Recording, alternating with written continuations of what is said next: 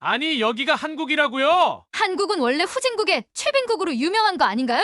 한국은 코리안 드림이라고 불릴 정도로 해외에서 인기가 있다고요. 꿈을 이룰 수 있다는 건 정말 행복한 일입니다. 많은 사람들은 이를 성공이라는 단어로 설명하는데요. 하지만 성공이란 말에는 여러 가지 의미가 담겨 있습니다. 단순히 돈을 많이 벌거나 높은 지위에 오르는 것도 성공이라 할 수 있지만, 진정한 성공은 자신이 오랫동안 간직한 소원이 이루어지는 것 아닐까요? 오늘 소개해드릴 사연은 한국을 꿈꿔왔던 엄마의 바람 때문에 엄마 대신 한국에 오게 되었다는 독일 여성의 경험담입니다. 그녀는 한국에 오는 엄마를 이해하게 되면서 엄마의 오랜 꿈을 이루어주기 위해 열심히 돈을 모았다고 하는데요. 과연 그녀에게는 무슨 일이 있었던 걸까요? 독일 여성의 사연입니다. 감동의 모든 것 여러분. 영상 시작 전 좋아요와 불우이웃을 위해 끝까지 시청 부탁드립니다. 안녕하세요. 저는 독일인이지만 한국에서 생활하고 있는 추미르예요. 제가 한국에 살게 된 건 모두 엄마 덕분이라는 말을 하고 싶습니다. 어린 시절부터 저에게 한국에 대한 이야기를 은근슬쩍 내비치셨거든요. 처음엔 아무런 생각 없이 들었는데 계속되다 보니 자연스레 한국이라는 나라에 관심이 가기 시작했어요. 그 관심은 결국 한국 여행으로 이끌었고 한국의 풍경과 문화, 따뜻한 마음을 가진 한국 사람들에 매료되어 한국에 정착해 살게 되는 결과로 이어지게 되었답니다. 저보다 한국을 더 사랑하는 엄마에게 한국을 보여주고 싶었어요. 그래서 그동안 열심히 모은 돈으로 엄마에게 한국으로 오는 비행기 티켓을 보냈죠. 엄마는 티켓을 받자마자 환호성을 치시더니 한 걸음에 한국으로 오셨습니다. 마중 나간 공항에서 본 엄마 모습은 벌써부터 입이 귀에 걸려 있는 상태였는데요. 한국 관광을 하는 내내 그런 모습을 보이다가 다시 독일로 돌아가는 비행기에 탑승하러 공항으로 갈 때만 아쉬워하는 모습을 보이셨어요. 그 모습이 너무 안타깝게 머릿속에 남아 또다시 열심히 돈을 모아 엄마에게 한국행 비행기 티켓을 보내드릴 예정입니다.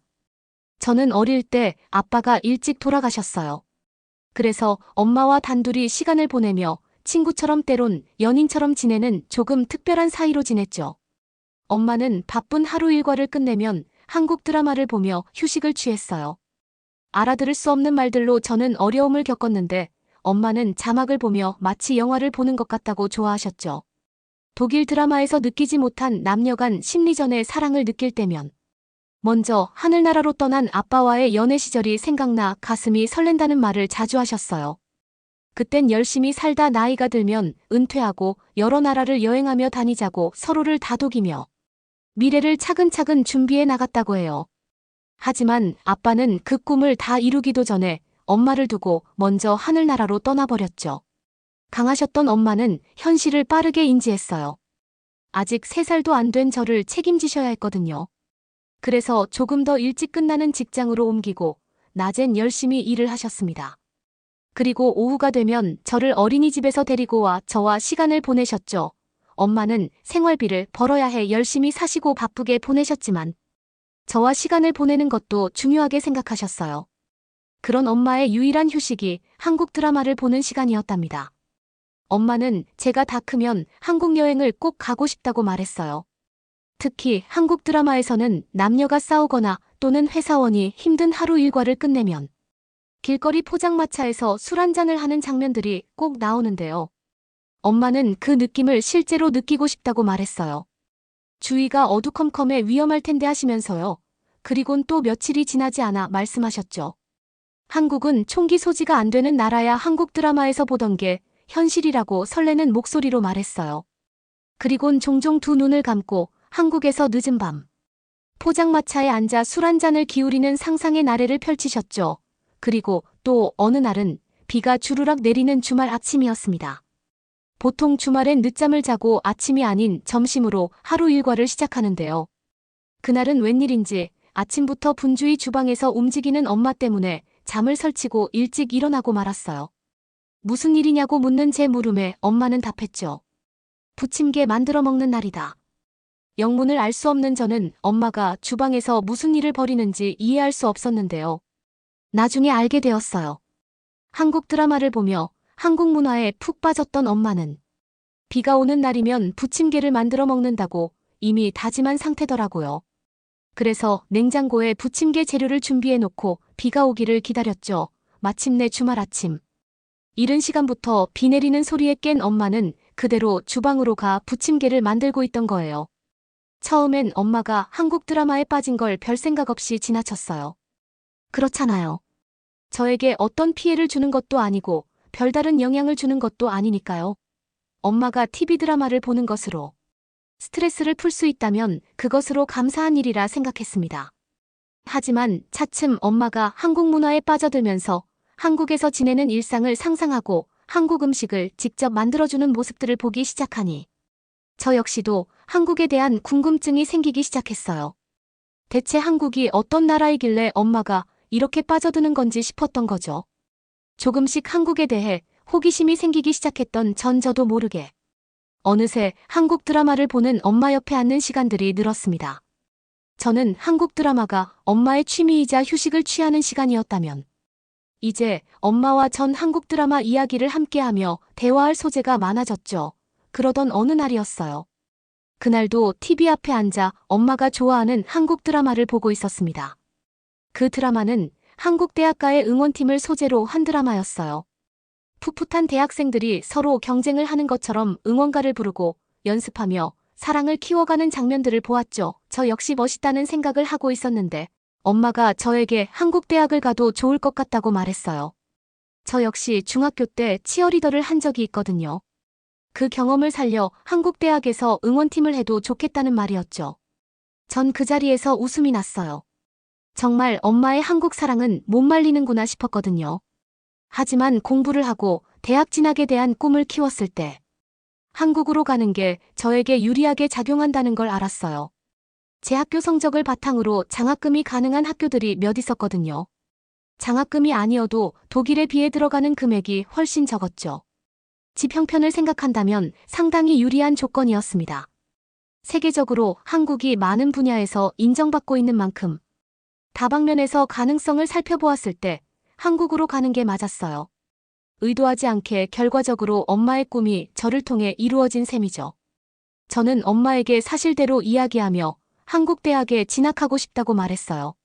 장학금을 준다는 말에 엄마 역시 좋은 생각이라며 반색을 내비쳤지만 한 가지 걱정은 분명히 있었습니다. 한국으로 가는 비행기 표는 제가 준비해서 가야 했거든요. 사실 한국으로 가는 비행기 표가 누군가에게는 비싸지 않고 좋은 좌석을 선택할 수 있을 정도로 아무것도 아닐 수 있어요. 하지만 저희 집은 달랐습니다. 한 번에 꽤 큰 돈을 지불해야 할 정도로 부담이 되는 건 사실이었죠.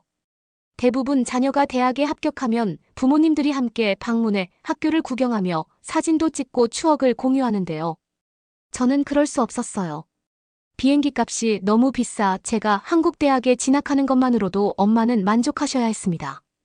그렇게 한국 대학으로 진학하게 되었어요.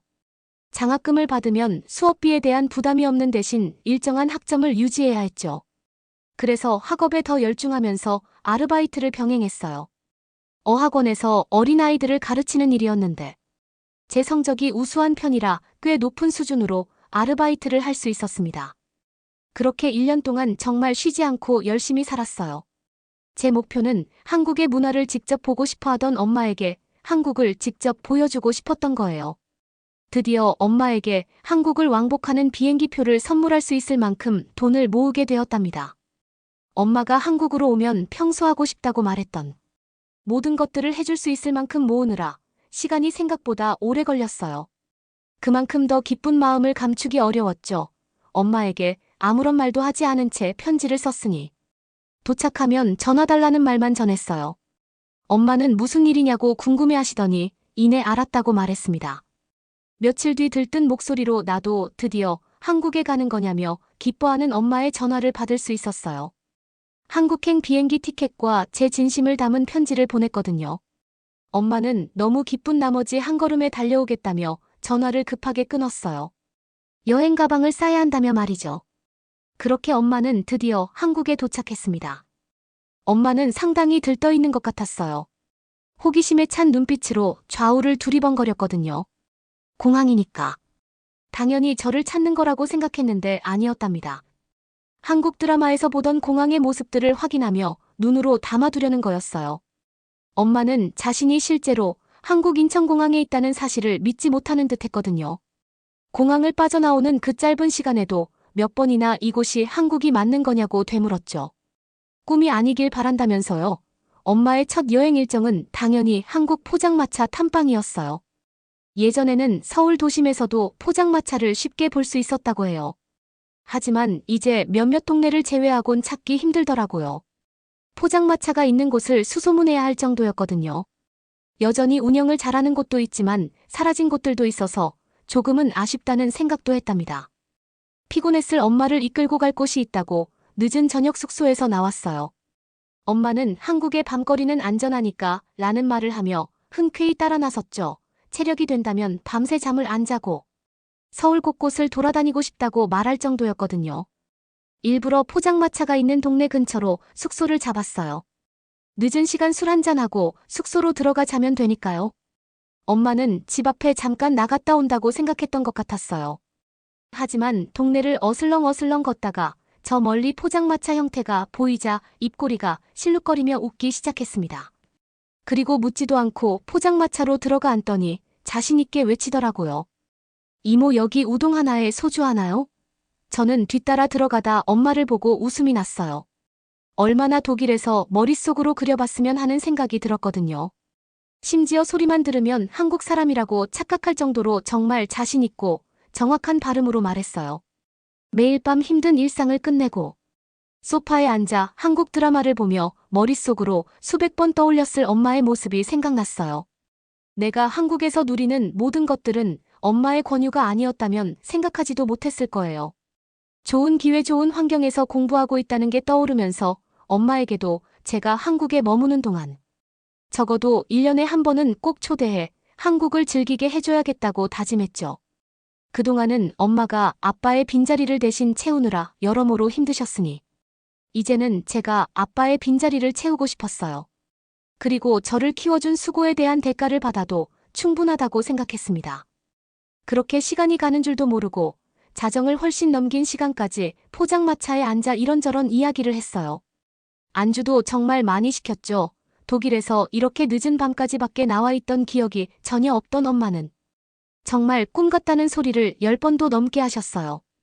포장마차에서 술 한잔을 하고 숙소로 들어오는 길 엄마는 콧노래까지 부르셨답니다. 처음이었어요. 엄마와 함께 살면서 소녀처럼 설레는 마음이 고스란히 느껴진 건 말이에요. 그동안 아빠 없이 저를 혼자 키우시느라 고생하셨다는 생각에 코끝이 찡해졌네요. 다음 날 어디를 가는 게 좋을지 상당히 많은 고민을 했는데요. 한국 음식을 좋아했던 엄마에게 다양한 한국 음식을 맛볼 수 있는 곳을 데려가고 싶었어요. 비 오는 날 정겹게 부쳐주셨던 한국의 전도 먹고 말입니다. 한국 지인들에게 여기저기 물어본 결과 종로에 있는 광장시장에 가면 좋을 것 같다고 알려줬어요. 먹거리가 풍부하고 볼거리도 많아서 하루 종일 돌아다녀도 시간 가는 줄 모를 것 같다고 말입니다. 엄마와 함께 지하철을 타고 이동했어요. 엄마는 한국에 처음 왔지만 이미 한국 드라마를 통해 많이 봐서 알고 있는 듯 빈자리를 쓱 한번 훑어보더니 빠르게 가 앉으셨죠.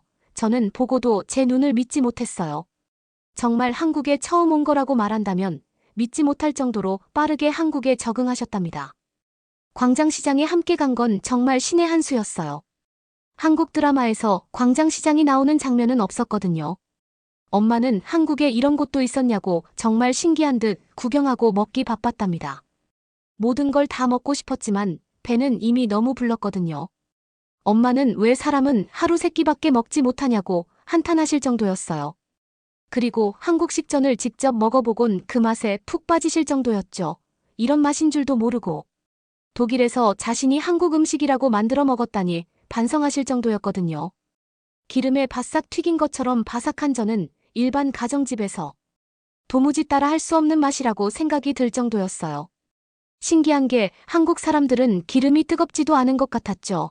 장갑을 끼고 있었지만 그 뜨거운 전을 손으로 뒤집어가며 고르게 익히는 모습을 계속 보았거든요. 장인 정신은 이런 걸 두고 말하는 거라며 엄마는 전을 뒤집던 아주머니에게 오랫동안 눈길을 떼지 못하셨어요. 식사나 간식을 먹는 중간에는 광장시장을 둘러보며 구경도 했는데요. 마트를 이런 형식으로 만들어 놓은 곳이 없어요. 비슷한 느낌을 낼 수 있는 간이 길거리 시장 같은 게 있지만 이렇게 지붕을 덮고 비가 와도 불편함 없이 다닐 수 있는 큰 규모의 시장은 형성되지 않았죠.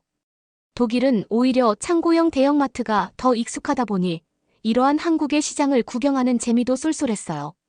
이것저것 사서 간다는 엄마를 말리느라 혼났네요. 눈에 보이는 예쁘고 신기한 것들은 죄다 사고 싶다고 말씀하시는데 엄마가 그렇게 물건에 욕심이 있는지 몰랐거든요. 한국 여행을 하며 그동안 엄마가 마음에 담아뒀던 것들이 얼마나 많은지 새삼할 수 있었습니다. 엄마가 행복한 모습들을 보는 제 마음이 더 행복했어요. 앞으로 제 계획은 한국 대학을 졸업하고 직장을 한국에서 다니면서 한국에 정착하는 꿈을 키워가는 것입니다. 독일에서도 엄마랑 단둘이 살았기에 한국으로 아예 삶의 터전을 옮겨도 상관없거든요. 이건 아직 엄마한테 말하지 않았지만 엄마가 한국으로 아예 이사와 산다는 걸 알게 된다면 남은 평생이 행복해지겠죠. 제 꿈이 이루어질 수 있도록 행운 빌어주세요. 여러분은 이번 사연을 통해 어떤 것을 느끼셨나요? 어머니를 위해 한국으로 초대한 독일 여성 추미르 양의 경험담이었습니다. 그녀 또한 그녀의 어머니처럼 한국에 대한 사랑과 관심을 가지고 있는 모습이 참 멋진데요. 특히 멀리 독일에서 한국어를 공부하고 한국 요리를 배우는 등 한국에 대한 열정을 보여준 그녀의 어머니는 진심으로 한국을 사랑하고 있었습니다. 그렇기 때문에 하나뿐인 딸을 기쁜 마음으로 한국에 보낼 수 있었는데요. 우리는 이 모녀가 한국에서의 꿈을 이루기 위해 얼마나 노력하고 있는지를 알 수 있었습니다. 이 두 모녀의 열정만큼 앞으로의 미래도 환하게 빛날 수 있기를 진심으로 응원하겠습니다. 구독과 좋아요 부탁드리며 사연자분께 전해드릴 댓글도 남겨주시면 전달해드리겠습니다. 그러면 더욱 감동적인 다음 사연으로 넘어가겠습니다. 서울의 한국인 가족이 운영하는 식당. 이국적인 외모의 영국인 여성이 소리를 지르고 있습니다. 싫다고요. 왜 어머님 마음대로 하세요? 나이가 많은 시어머니는 내 말을 따라라. 살다 보면 어른들 말이 맞는 거야. 라고 하면서 손님이 있는데도 소리를 지르고 있습니다. 손님들은 눈치를 보면서 밥만 먹고 있고요. 도대체 영국인과 연고도 없어 보이는 이 식당에서 무슨 일이 일어나고 있는 걸까요? 안녕하세요. 데미아라고 합니다. 제 이야기가 시작되는 화창한 맨체스터로 돌아가 보겠습니다. 맨체스터는 제가 부모님의 사랑을 듬뿍 받으며 자란 곳입니다. 부모님은 헌신적인 경찰관이자 저의 롤모델이었죠. 부모님은 저에게 용기 옳은 일을 하는 것, 타인을 배려하는 것에 대해 가르쳐 주셨습니다. 우리 집은 사랑과 웃음으로 가득했고 저는 세상에서 가장 운이 좋은 아이처럼 느껴졌습니다.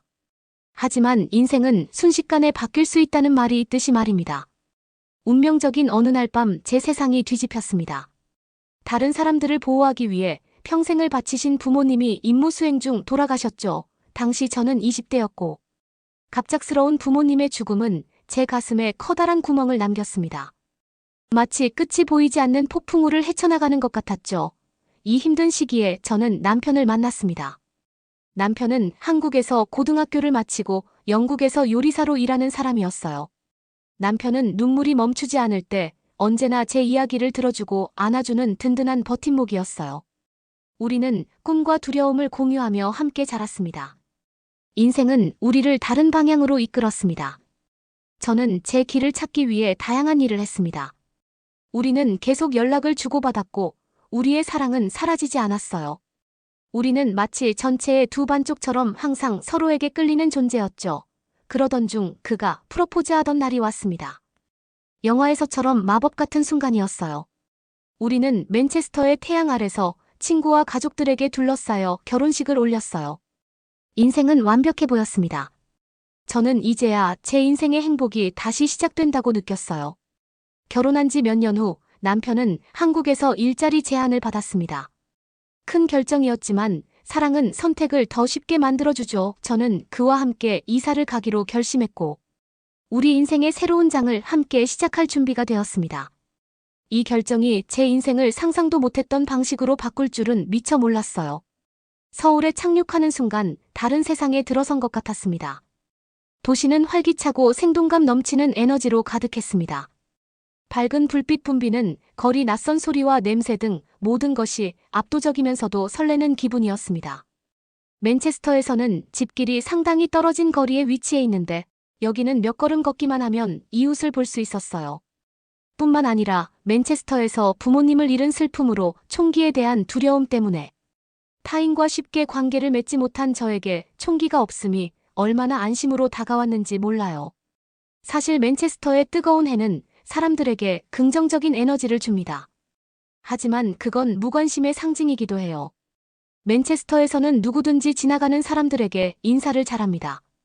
하지만 속으로 진정한 조언을 해주지는 않고 너라면 할 수 있어 라는 기계 같은 말을 해주기 일쑤예요. 저는 그 속에서 외로움을 느꼈던 것 같아요. 그때 한국인이었던 남편의 정으로 인해 극복할 수 있었던 건가 봐요. 시댁 식구들은 두 팔 벌려 저를 환영해 주셨어요. 시댁은 경기도 외곽에 위치하고 있었어요. 집은 아늑했고 집에서 만든 음식의 향기와 따뜻한 가족애로 가득했습니다. 그분들은 영어를 많이 하지 못했고 저는 한국어를 아주 기초적으로 구사했지만 의사소통할 수 있는 방법을 찾았습니다. 그들의 미소 몸짓 모든 것이 사랑과 수용에 대한 이야기였습니다. 한국에서의 첫날 아침이 기억납니다. 새가 지저귀는 소리와 커튼 사이로 비치는 햇살을 보며 잠에서 깼어요. 맨체스터의 짠 바닷바람과는 극명한 대조를 이루는 신선한 공기가 느껴졌습니다. 아침 식사는 김치밥 수프 그리고 이름을 다 말할 수 없을 정도로 많은 요리가 차려졌습니다. 시어머니는 온화한 미소를 지으며 뭐든 다 먹어보라고 권유하셨어요. 한국은 맨날 이렇게 먹나요? 영국이라면 최소 $100는 내야 할 것 같은데요. 그리고 저는 그 맛을 즐기며 제 자신을 놀라게 했습니다. 서울 생활에 적응하는 것은 쉽지 않았습니다. 친구들과 맨체스터의 친숙함 그리고 영어가 그리웠죠. 저는 동네를 산책하고 재래시장을 방문하고 언어를 배우려고 노력하면서 이곳을 탐험하기 시작했습니다. 사람들은 친절했고 언어가 통하지 않는데도 항상 친절하게 저에게 대해 주었어요. 남편과 저는 남편의 가족 식당에서 일손을 돕기 시작했습니다. 한국 전통 요리로 유명한 작고 아늑한 곳이었는데요. 처음에는 주문도 서툴고 언어도 서툴러서 낯설게 느껴졌어요. 하지만 하루가 지나고 몇 주가 지나면서 점점 나아지기 시작했습니다. 한식 요리도 배우고 손님들에게 한국어로 인사도 하고 한국 문화와 생활 방식도 이해하게 되었죠. 식당은 제게 제2의 집이 되었고 고객들은 가족 같은 존재가 되었습니다. 한국에서의 생활은 감정의 롤러코스터였어요. 향수병에 시달린 날도 있었고 언어 장벽으로 힘들었던 날도 있었지만 웃음과 사랑, 소속감으로 가득 찬 날도 있었습니다. 저는 사랑하는 남자와 함께 이 아름다운 나라에서 삶을 꾸려나가고 있었습니다. 며칠이 지나고 몇 달이 지나자 한국이 고향처럼 느껴지기 시작했습니다. 방 안을 환하게 밝히는 미소를 가진 친절한 시어머니가 저를 보살펴 주셨습니다. 시어머니는 집안 대대로 내려오는 레시피를 공유하며 한국 요리도 가르쳐 주셨죠. 저는 김치 불고기 비빔밥을 만드는 법을 배웠고 각 요리는 이전 요리보다 더 맛있었습니다. 요리는 우리의 언어가 되었고 사랑을 나누고 소통하는 방법이 되었습니다. 한국에서 만난 사람들도 제 경험을 더해 주었습니다. 시장에서 반찬을 가방에 몰래 넣어주던 친절한 아줌마부터 공원에서 체스를 두며 고개를 끄덕이며 인사를 건네던 아저씨들까지 모두가 친절하게 대해 주었습니다. 서툰 한국어에도 인내심을 갖고 계속 노력하라고 격려해 주셨어요. 저는 그들의 따뜻함과 친절함에 포근함을 느꼈습니다. 식당에 더 많이 관여하게 되면서 단골 고객들과도 교류하기 시작했습니다. 그들은 일상의 일부가 된 외국인인 저에 대해 호기심을 보였습니다. 자신의 삶과 가족에 대한 이야기를 나누고 한국 생활에 대한 조언도 해주셨죠. 이러한 상호작용을 통해 한국어 실력이 크게 향상되었고 한국인의 생활 방식에 대해 더 깊은 통찰력을 얻을 수 있었습니다. 지금도 잠시 외로움과 향수병에 시달리는 순간도 있었습니다. 맨체스터에 익숙한 친구들 그리고 떠나왔던 삶이 그리웠어요. 하지만 길을 잃었다고 느낄 때마다 저를 한국으로 오게 해준 사랑 새로운 가족 그리고 우리가 함께 만들어갈 새로운 꿈을 떠올렸습니다. 그 덕분에 새로운 삶을 두 팔 벌려 받아들일 수 있는 힘을 얻었습니다. 식당에서의 생활은 정신없이 바빴습니다. 매일 새로운 도전과 새로운 기쁨이 찾아왔습니다. 단순히 음식을 조리하고 서빙하는 것이 아니라 고객에게 경험을 선사하는 것이 중요했습니다. 고객이 집처럼 편안하게 느끼고 음식뿐만 아니라 따뜻하고 환대하는 분위기를 즐기길 바랐습니다. 처음으로 한국어로 주문을 성공적으로 받았을 때가 기억납니다. 손님은 기분 좋게 놀랐고 저는 자부심이 솟구치는 것을 느꼈습니다. 시부모님도 뿌듯해하셨고 그 순간은 제 여정의 중요한 이정표가 되었습니다. 저는 단순히 한국에 온 외국인이 아니라 한국 사회의 일원이 되어가고 있었습니다. 식당의 인기가 높아지면서 우리 가족도 함께 성장했어요. 직원을 더 고용했고 저는 더 많은 책임을 맡게 되었습니다. 저는 소셜미디어 계정을 관리하기 시작했고 우리 요리와 그 뒤에 숨겨진 이야기를 소개하기 시작했습니다. 전 세계 사람들과 저희를 연결해 주었고 음식이 사람들을 하나로 모으는 것을 보는 것이 정말 좋았어요. 바쁜 식당 생활 속에서 저는 평화와 사색의 시간을 찾았습니다. 옥상에서 일출을 보거나 시어머니와 조용히 차 한 잔을 나눌 때면 이런 순간들이 제 마음을 안정시켜 주었습니다. 삶의 아름다움, 새로운 경험의 즐거움, 가족의 소중함을 일깨워 주었죠. 인생이 아름다운 리듬을 찾아가고 있다고 생각했을 때 또 다른 비극적인 운명이 저를 맞이했습니다. 제 인생의 사랑이자 한국 모험의 파트너인 남편이 비극적인 교통사고를 당했습니다. 허리케인처럼 제 삶을 휩쓸고 지나간 충격은 저를 상실감과 상심에 빠뜨렸습니다. 이 낯선 땅에서 제 힘이 되어주고 동반자이자 가이드가 되어주던 사람이 갑자기 세상을 떠난 거죠. 저는 부모님을 잃은 데 이어서 왜 저에게 이런 시련이 있는지 저는 정말 하느님을 원망하고 싶었어요. 그 후의 날들은 흐릿하기만 했습니다. 저는 슬픔의 바다에 휩싸여 상실의 현실을 이해할 수 없었습니다. 제게 제2의 부모가 되어준 시댁 식구들은 변함없는 지지와 사랑을 보내주며 제 곁을 지켜주었습니다. 식당을 중심으로 형성된 커뮤니티는 저를 중심으로 결집하여 가능한 모든 방법으로 위로와 도움을 제공했습니다. 제 남편과 작은 식당이 얼마나 많은 사람들의 삶에 영향을 미쳤는지 생각하니 감격스러웠습니다. 이 폭풍 속에서 저는 식당의 일상에서 위안을 얻었습니다. 새로운 삶을 향한 열정과 다리가 되어준 요리는 이제 제 생명줄이 되었습니다. 제가 준비한 모든 요리는 남편과 함께 한 사랑과 여정에 대한 헌사였습니다. 식당은 추억과 웃음 그리고 사랑으로 가득했습니다. 그곳은 남편과 소통하고 그의 영혼을 살릴 수 있는 안식처였습니다. 치유의 과정은 느리고 고통스러웠습니다. 더 이상 나아갈 수 없을 것 같았던 날도 있었고 상실의 무게가 견딜 수 없을 것 같았던 날도 있었습니다. 하지만 그 어둠을 뚫고 저는 제 안에 있는 힘을 깨닫기 시작했습니다. 저를 한국에 오게 하고 새로운 문화와 가족을 받아들일 수 있게 도와준 바로 그 힘이 이제 슬픔을 헤쳐나갈 수 있게 도와주고 있었습니다. 시간이 지나면서 저는 어둠 속에서 빛을 보기 시작했습니다. 단골 고객의 미소, 직원들의 웃음, 사계절이 바뀌는 서울의 아름다움 등 작은 순간에서 기쁨을 찾았습니다.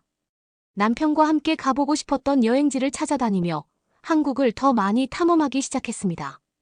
여행은 저를 재발견하고 제 고향이 된 이 나라에 대한 사랑을 재확인하는 여정이자 힐링을 향한 발걸음이었습니다.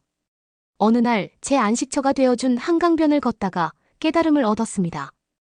인생은 강물처럼 때로는 잔잔하게 때로는 격렬하게 흘러가지만 항상 앞으로 나아간다는 것을요. 저도 이제 앞으로 나아가야 할 때라고 생각했습니다. 한국에 있어야 남편과 이어진 느낌을 받을 수 있을 거라고 생각했어요. 한국어를 유창하게 구사하기로 결심하고 한국어 수업을 더 진지하게 듣기 시작했습니다. 저를 품어준 한국 사람들과 문화와 더 깊이 소통하고 싶었습니다. 식당은 저에게 기쁨과 목적의 원천이자 슬픔의 탈출구가 되었습니다. 어머니는 저에게 새로운 사람을 만나도 된다고 했어요. 저는 그날 식당에서 일을 하다가 처음으로 어머니에게 소리를 질렀습니다. 어머니는 제가 너무 딸 같아서 제가 외롭지 않았으면 좋겠다고 했어요. 하지만 저는 어머니와 함께 있는 게 이제 저의 외로움을 극복하는 방법이라고 말했죠. 남편이 저에게 준 정처럼 어머니도 저에게 남편과 같은 정을 주고 있었거든요. 이러한 경험을 통해 저는 회복 탄력성의 힘과 공동체의 중요성을 배웠습니다. 저는 더 이상 한국에 사는 외국인이 아니라 식당 담장 너머로 뻗어나가는 대가족의 일원이 되었습니다. 봄이 왔음을 알리는 벚꽃이 피기 시작하면서 저는 제 여정을 되돌아보게 되었습니다. 낯선 땅이었던 한국은 사랑을 찾고 깊은 상실을 경험하고 새로운 자아를 발견한 제 안식처가 되었습니다. 활짝 핀 벚꽃의 꽃잎은 삶의 순환과 재생 희망을 떠올리게 했습니다. 지역사회에 대한 참여도 깊어졌습니다. 우정이 쌓이고 문화적 장벽이 허물어지는 것을 보았습니다. 더 이상 단순히 음식을 나누는 것이 아니라 모두가 집처럼 편안하게 느낄 수 있는 공간을 만들었습니다. 한국어 실력이 크게 향상되어 주변 사람들과 더 깊은 유대감을 형성할 수 있었습니다. 그들의 언어로 제 이야기를 나눌 수 있게 되었고 그 과정에서 한국과 더 깊은 유대감을 느꼈습니다. 특히 감동적인 순간은 한 젊은 부부가 식당을 방문했을 때였습니다. 저희와 같은 국제부부였어요. 그들은 자신만의 모험을 떠나 세계를 탐험하며 함께 추억을 만들고 있었죠. 그들을 만나니 남편과 제가 여행과 새로운 문화체험을 꿈꾸던 시절이 떠오르며 과거로 돌아간 듯한 기분이 들었습니다.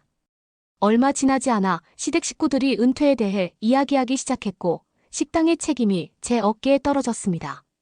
벅찬 일이었지만 저는 준비가 되어 있었습니다. 식당은 제 삶의 일부가 되었고 제 여정과 남편과 나눈 사랑을 증명하는 증거가 되었습니다. 저는 한국 전통 요리와 세계 각국의 풍미를 혼합한 새로운 아이디어를 도입했고 고객들의 반응은 매우 좋았습니다. 한국에서의 삶을 계속 받아들이면서 제 여정은 상실감을 극복하는 것 이상의 의미가 있다는 것을 깨달았습니다. 제가 속해 있는 곳 제 정신을 키우고 성장할 수 있는 곳을 찾는 것이었죠.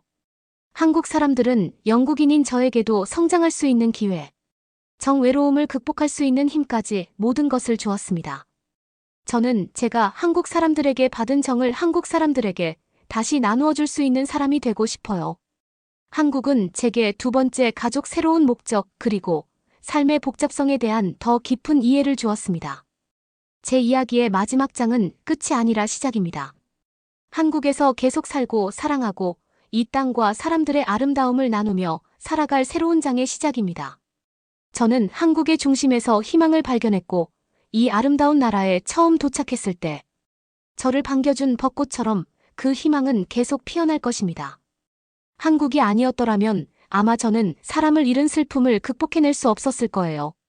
저에게 삶의 희망을 보여준 안전한 한국에 감사를 표합니다. 그러면 더욱 재미있는 다음 사연으로 넘어가겠습니다. 이번 휴가는 한국으로 오게 된 네덜란드 국적의 여성들이 있습니다. 이들 중 한 여성은 어두운 밤 골목길에서 의식을 잃은 자신의 친구를 한 아파트 단지로 끌고 가는 한국인들을 보고 겁에 질려 충격에 사로잡혔습니다. 끌려가는 그녀의 눈에선 눈물만을 흘리고 있습니다. 그런 상황을 지켜보고 있던 다른 여성은 도저히 어떻게 해야 할지 몰라 덜덜 떨기만 하는데요.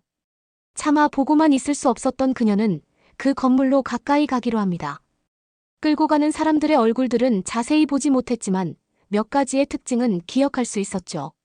천천히 그 건물을 향해 걸어가는 그녀에게 한 남자가 부딪히고 그녀는 넘어지게 되는데요. 고개를 들어 그 남자를 보자 그녀는 온몸이 굳은 채 얼어버리고 맙니다. 도대체 그녀들에게는 어떤 사건이 발생한 걸까요? 안녕하세요. 저는 네덜란드에서 탁구 선수로 활약하며 연이어 좋은 성적을 내고 있는 테이트라고 합니다. 최근에 우리 팀은 유럽 선수권 대회에서도 탁구로 좋은 성적을 거두게 되었습니다. 정말 달콤한 결과였죠. 탁구론 유럽에서 상위권에 랭크되는 팀이 된 겁니다. 아시아만큼은 아니지만 유럽에서도 탁구에 대한 인기가 계속 늘고 있는 상황에 우리도 좋은 성과를 이뤄낼 수 있는 시기가 맞물려 체육협회에서도 저희에게 호평을 해주었습니다. 좋은 결과를 따낸 우리 팀을 위해 협회 측에서는 앞으로 우리 이전보다 더 많은 지원을 아끼지 않겠다고 말했습니다. 그동안 탁구 종목에 대한 지원은 다 종목에 비해 많지는 않았던 편이라 너무 기쁜 소식이었죠. 협회에서도 가장 원하는 지원을 물었고 저희는 모두 다 약속이라도 한 듯 중국으로의 전지 훈련을 가고 싶다고 밝혔습니다. 중국은 탁구하면 절대 뺄 수 없는 세계의 최고 국가라고 생각했기 때문인데요. 인도네시아를 원하는 선수들도 있었지만 협회 관계자들과 선수들이 서로 논의한 결과 가장 많은 득표수로 이번에 전지훈련은 중국으로 가기로 계획을 잡게 되었습니다. 우리 팀은 모두 그 출발하는 날만을 기대할 수밖에 없었습니다. 탁구 선수로 탁구의 강국인 중국에 가보는 경험은 저희에게는 큰 기회같이 느껴졌습니다. 우리 중에서도 개인적으로는 몇 명은 중국으로 다녀온 경험이 있었지만 이렇게 팀원 전체가 중국으로 향한다는 건 예산 문제가 걸려 쉽지 않은 일이었거든요. 처음으로 다 같이 중국행으로 결정된 것이기 때문에 더 들뜰 수밖에 없는 기회였어요. 이번 기회로 가서 중국의 선수들과 친목도 쌓고 그들의 기술들이나 방식을 배워올 수 있는 절호의 기회라고 생각이 들었습니다. 들뜬 마음을 감출 수가 없었죠. 저도 포함해서 말이에요. 중국으로 출발하기로 한 며칠 전 한 번 더 일정을 체크하기 위해 협회 관계자들과 만나 일정을 브리핑하는 시간을 갖게 되었습니다. 저는 선수들을 대표해 회의에 참석하기로 했고 신나는 마음으로 회의를 기다리고 있었죠. 그런 저에게 충격적인 소식이 닥쳤습니다. 협회 측에서 우리의 목적지가 중국이 아니라 한국으로 변경되었다는 말도 안 되는 소리를 하는 거였습니다. 저는 호통을 치고 짜증을 참을 수가 없었습니다. 제가 팀에서도 가장 경력이 오래되었고 팀의 리더 같은 역할을 했기 때문에 그들이 얼마나 기대했는지를 아는데 그걸 번복하고 바꾼다는 게 납득이 되질 않았거든요. 한국으로 변경된 이유에 대해서는 더 황당하기 짝이 없었습니다. 협회의 직원이 바로 저희 단체 예약을 담당하고 있었는데요. 원래도 일을 대충 하기로 유명한 그 직원이 중국의 청도와 한국의 청도라는 곳을 헷갈려 청도라는 목적지만 검색해 우리로 가야 하는 곳이 중국인지 한국인지 크로스 체크도 없이 무작정 한국행으로 단체 티켓을 끊어버렸다는 겁니다. 그 협회의 다른 선임 직원들은 그 직원이 예매를 성공적으로 잘했고 모든 준비에 차질이 없다는 말만 믿고 체크하지 않았다며 사과를 하더군요. 어이가 없어서 말도 나오질 않았습니다. 이건 뭐 협회만 믿은 우리 잘못인 건지 아님 확인을 안 한 협회의 잘못인 건지 누구의 탓을 하기엔 3일이라는 짧은 시간만 남았더군요. 단체 티켓이라 환불할 경우에 수수료가 너무 많았기 때문에 그럴 만한 상황도 아니었고요. 그리고 우리 돈으로 가는 것도 아니고 협회에서 지원해주는 비용으로 가는 거다 보니 더 이상 불만을 토로할 수 있는 상황이 아니었습니다. 그래도 불행 중 다행인 건 숙소는 서울의 중심가에서 안전할 거라고 하더군요. 그리고 우리를 위해 통역해줄 한국의 체육협회에도 요청의 관계자가 나와줄 거라고 했어요. 국가도 헷갈렸으면서 벌써 저런 예약들을 저렇게 꼼꼼하게 해놨다는 사실이 짜증나더군요. 불난집에 부채질을 하는 것도 아니고 우리 팀의 첫 회 전지 훈련인데 몹시 화가 났지만 참아야 했습니다. 협회에서도 그냥 이번에 훈련을 가는 게 아니라 놀고 온다고 생각하면 되는 거 아니냐 라며 좋게 생각하자고 했습니다. 저도 이제는 어쩔 수 없이 긍정적으로 생각해야 했죠. 저의 가장 큰 걱정은 저희 팀원들에게 이야기를 하는 거였어요. 그들 모두가 중국에 가면 보고 싶은 것들을 나열하고 준비하고 있었거든요. 저는 이 사실을 결국 전해야 했고 망연자실하는 친구들도 보였고 짜증을 내며 욕설까지 내뱉는 친구도 있었습니다. 왜냐면 우리한테 한국은 아예 후보에도 나오지 않은 국가였기 때문이었어요. 우리는 항상 중국에 대해서만 우호적으로 생각했기 때문에 한국의 모든 문화는 중국에서 파생되어서 간 것이고 한국이 중국의 많은 것들을 따라하는 국가다 힘이 없는데 자꾸 선진국을 따라하려고 한다는 인식이 있는 나라였어요. 긍정도 아닌 부정적 시선을 가졌던 한국에 간다는 것이 저도 좋지만은 않았지만 그래도 우리나라를 벗어나 함께 무언가를 할 수 있다는 걸 좋게 생각하자며 팀원들을 다독여야 했습니다. 물론 한국도 탁구를 꽤 잘하는 나라라는 것은 알지만 중국만큼 강국은 아니라는 생각이 지배적이었습니다. 뚱딴지 같은 한국 여행은 그렇게 시작이 되었습니다. 가면서 그래도 신이 나야 하는데 다들 처져 있으니 저까지 신이 나질 않더라고요. 그래도 저는 팀원들의 사기를 올리며 한국에서 뭘 할지 한국에 대한 책을 한 권 사서 비행기에 탑승했죠. 저도 모르게 깜빡 졸고 일어나니 한국에 도착했다는 안내음이 나오고 있었습니다. 하도 신경을 써서 그런지 원래로 좋지 않았던 귀가 벙벙하니 이상한 느낌이 들었어요. 저는 제가 챙겨온 진통제 몇 알을 먹고 버티기로 했죠. 컨디션이 난조하거나 조금 힘들어지면 항상 귀가 말썽이었거든요. 이석증이 좀 심한 편인데 이건 수술로도 불가하다고 해서 약을 먹는 게 증상 완화를 하는데 전부였거든요.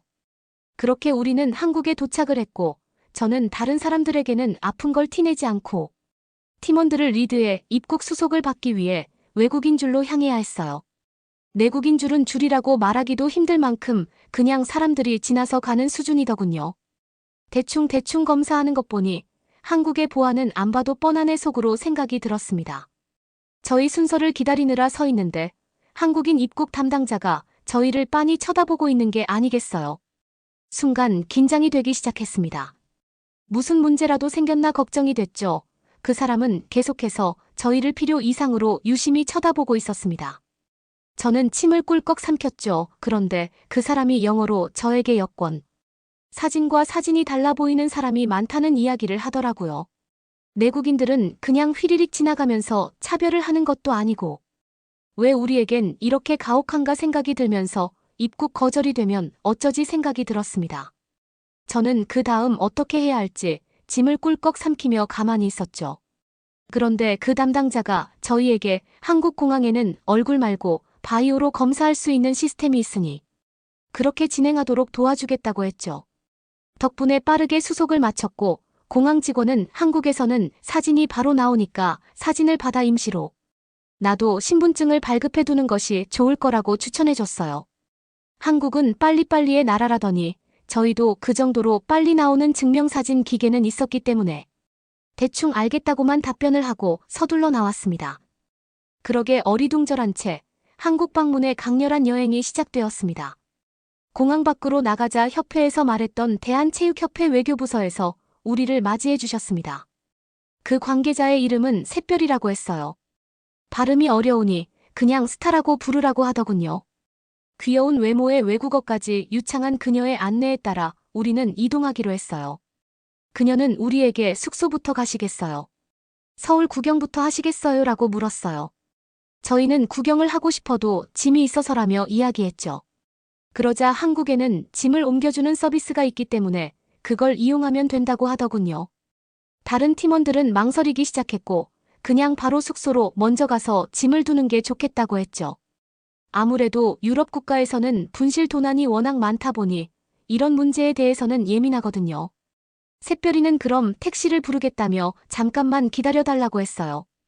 한 5분도 지나지 않아 커다란 뱀 모양의 택시가 도착을 했고 짐을 싣고 숙소를 향해 출발을 했습니다. 택시의 시설은 뭐 솔직히 말하면 정말 좋았습니다. 어디 하나 안 좋은 흠을 찾을 부분이 없었죠. 창밖의 한국 풍경을 보면서 잘 가꾸어진 도시의 평화로운 사람들, 발달한 도로의 시설까지 한눈에 볼 수 있었어요. 서울은 8차선인 곳도 있을 만큼 굉장히 큰 도로들이 많더군요. 이 복잡한 도로에서 각자 차례를 지켜다니는 모습이 좀 흥미롭게 다가왔어요. 한국 사람들은 모두가 바빠 보이는데 또 질서를 잃지 않는 모습이 신기했죠. 그렇게 우리가 머물 숙소라는 곳에 도착을 했습니다. 그 숙소는 한국의 아파트 단지였는데 선수들의 휴식을 위한 시설이라고 이야기했죠. 아파트의 시설은 헬스장, 수영장, 사우나, 독서실, 도서관, 키즈카페부터 바로 이어진 상가에는 편의점, 세탁실, 음식점 등 없는 게 없는 모습이었어요. 호텔에서 머물면 집에서만큼 편리하게 지낼 수 없을 거라며 이곳으로 숙소를 정했다고 하더군요. 우리는 24층 가장 위층 숙소라고 했습니다. 문을 열고 들어가자 눈이 번쩍 띄었어요. 서울 시내가 다 보이는 통유리로 내부에는 빌트인으로 냉장고, 식기세척기, 에어드레스, 건조기 등 없는 것이 없었죠. 한국은 선수들에게 이 정도의 대우를 해준다는 게 점점 부러운 마음으로 바뀌어가고 있었습니다. 샛별이는 내일부터 있을 훈련장은 내일 오전에 우리를 픽업하러 와준다며 휴대폰을 저희에게 나누어줬고 급한 일이 있으면 연락하라고 했습니다. 그녀가 나가고 우리는 그제야 짐을 풀고 좀 편하게 쉴 수 있었어요. 솔직히 좋다고 한 동료가 처음으로 속내를 이야기했습니다. 그러자 다들 솔직히 좋아서 놀랐다는 반응이었어요. 저는 잘 도착했다는 연락을 우리 협회 관계자에게 보냈고 잠시 누워 휴식하기로 했습니다. 저녁이 다 되어 가는 시간이라 어디로 구경을 가지는 말고 아파트 밑으로 내려가 식당을 골라 식사만 하기로 했죠. 내일 훈련장에도 가봐야 하니까요. 잠시 누워서 쉬는데 약을 먹었는데도 쉽게 두통이 가시질 않았습니다. 얼마나 지났을까요? 팀원들이 테이트 일어나 나가서 밥 먹고 오자라며 저를 흔들었습니다. 겨우 눈을 떴는데 두통이 더 심해졌더라고요. 바로 일어날 수가 없겠다는 판단이 들었습니다. 그래서 저는 괜찮은 척 먼저 가서 먹고 있으면 거기로 갈게라고 하곤 동료들을 먼저 밖으로 보냈습니다. 우리는 들어오면서 봤던 빨간색 간판의 가게로 밥을 먹기로 했고, 저도 그 위치를 기억하고 있었기 때문에 먼저 가서 아무거나 시키고 있으라고 했죠. 곧 가겠다며 동료들이 나가고 겨우 몸을 일으켰습니다. 진통제를 찾았는데 겨우 한 알 남아있더라고요. 나가서 더 사야겠다 싶어 남은 진통제 한 알을 먹고 정신을 차리려 했으며 동료들이 있는 식당으로 향했습니다. 밖으로 나와보니 어느새 날은 어두워져 있었습니다. 조금만 더 걸어 앞으로 가면 되는데 눈앞이 흐려지더니 그만 저는 그 자리에서 쓰러지고 말았습니다. 기혈을 한 건지 차가운 바닥의 느낌이 났어요. 그러다 한국인 남자들 4명이 저에게 한국어로 뭐라 말하고 있었습니다. 살짝 눈을 떠서 보인 건 그들 중 2명은 무슨 마크가 그려진 조끼 같은 걸 입고 있었다는 거였어요. 귀가 먹먹해 무슨 상황인지도 인지가 되지 않았고 몸을 일으키고 싶었는데 말을 듣지 않았습니다.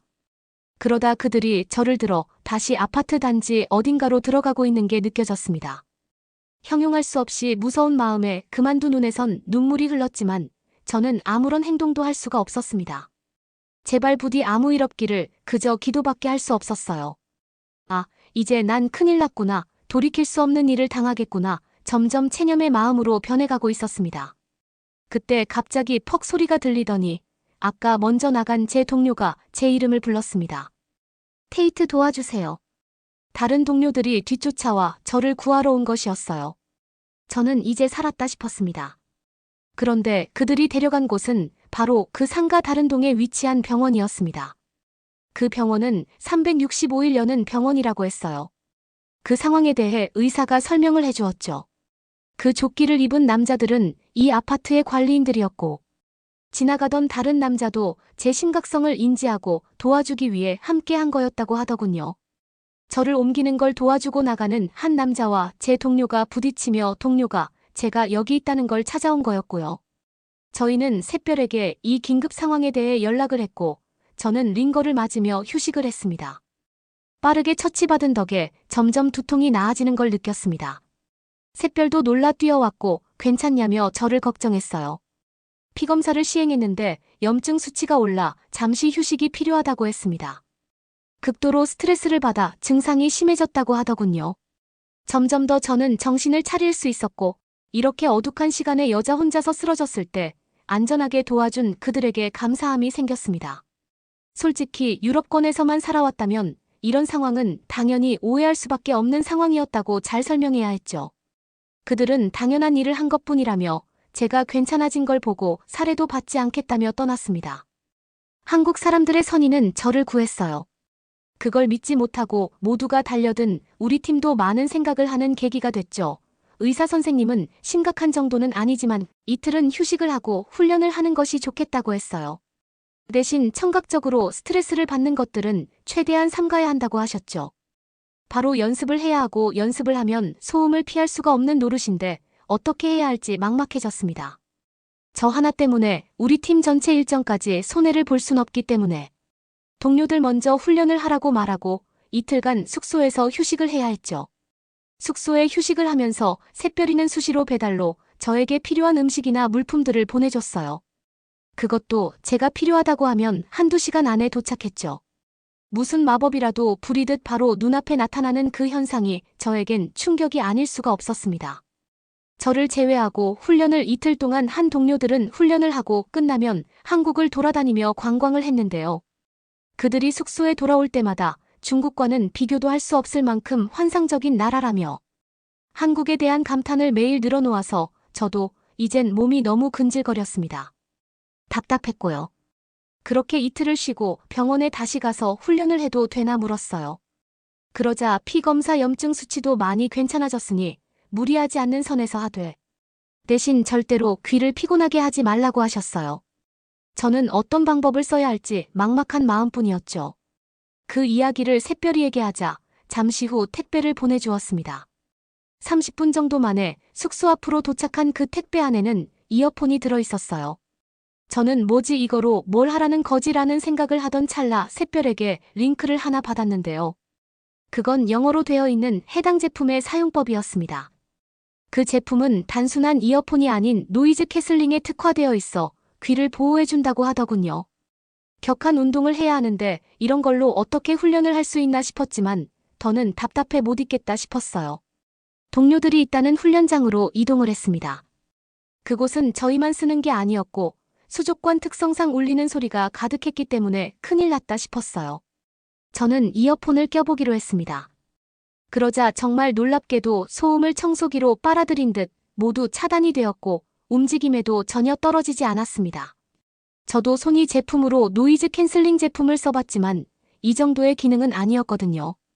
기술의 신세계를 경험한 기분이었죠. 그렇게 저는 즐겁게 훈련을 마칠 수 있었고 훈련이 끝나고 나서는 동료들과 다니며 이어폰을 낀 채 사람들이 많고 시끄러운 공간에도 함께 할 수 있었습니다.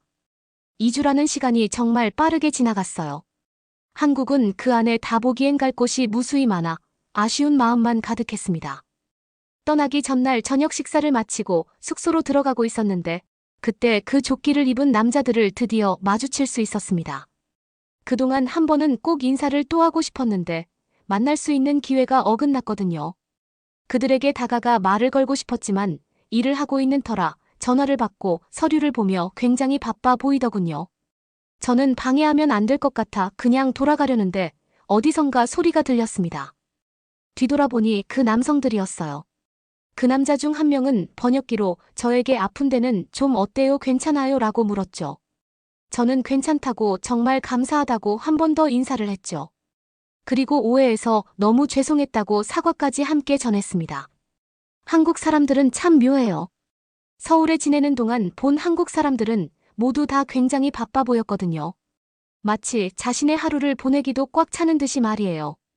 근데 그들은 누군가 위험에 처하거나 힘든 일이 생기면 누구나 바로 고민 하나 하지 않고 그 일을 도와주려 한다는 걸 느꼈어요. 공항에서도 그랬고 거리를 다니면서 힘들어 보이는 사람들을 흔쾌히 돕는 한국 사람들을 여럿보며 생각이 들었죠. 괜히 나쁜 일에 엮일까? 그냥 지나치는 유럽에서의 생활들이 생각나면서 만감이 교차하더군요. 한국에 와서 정말 큰 무언가를 배우고 가는 기분이에요. 저도 그리고 제 동료들도 마찬가지죠. 그래서 우리는 다짐했어요. 아직 미처 다 가보지 못한 한국의 여러 장소들을 다음 휴가 때 꼭 다시 오기로 말이에요. 여러분은 어떻게 보셨나요?